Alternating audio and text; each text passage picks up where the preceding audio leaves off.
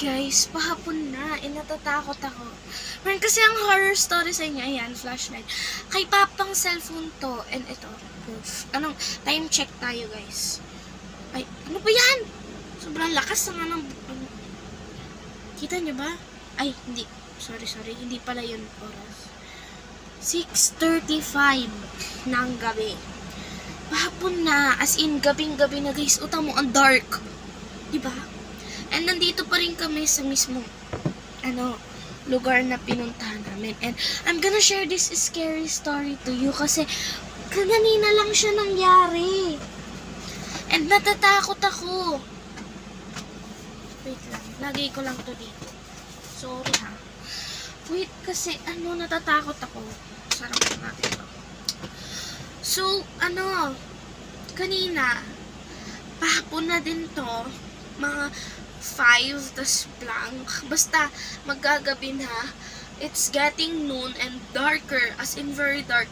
Naglalaro ako ng Subway Surfers dito sa mismong phone ko. Itong pinang-vlog ko ngayon. Hanggang may nakita ang ulo. Shit, okay. Tuloy na lang natin. Care to explain later.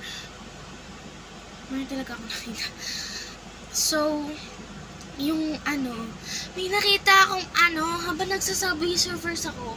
Dito ba? Dito ba, be? Dito. Kasi dito sa lugar, tinan nyo, sa lugar na to, be, apaka-forest niya.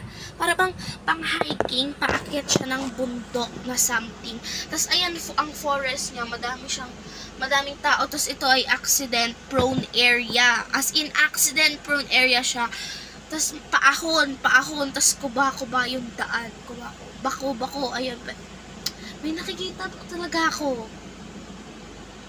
Mamaya akong kinakalibutan ako. Nataos yung balahibo ko. May nakita akong girl. Nasa bay bushes. Basta, nasa may mga damuhan siya.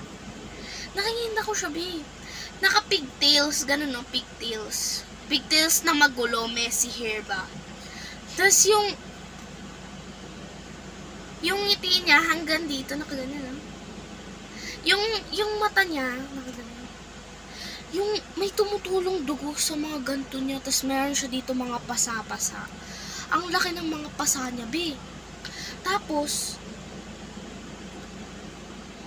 dark mo. Kinikilabutan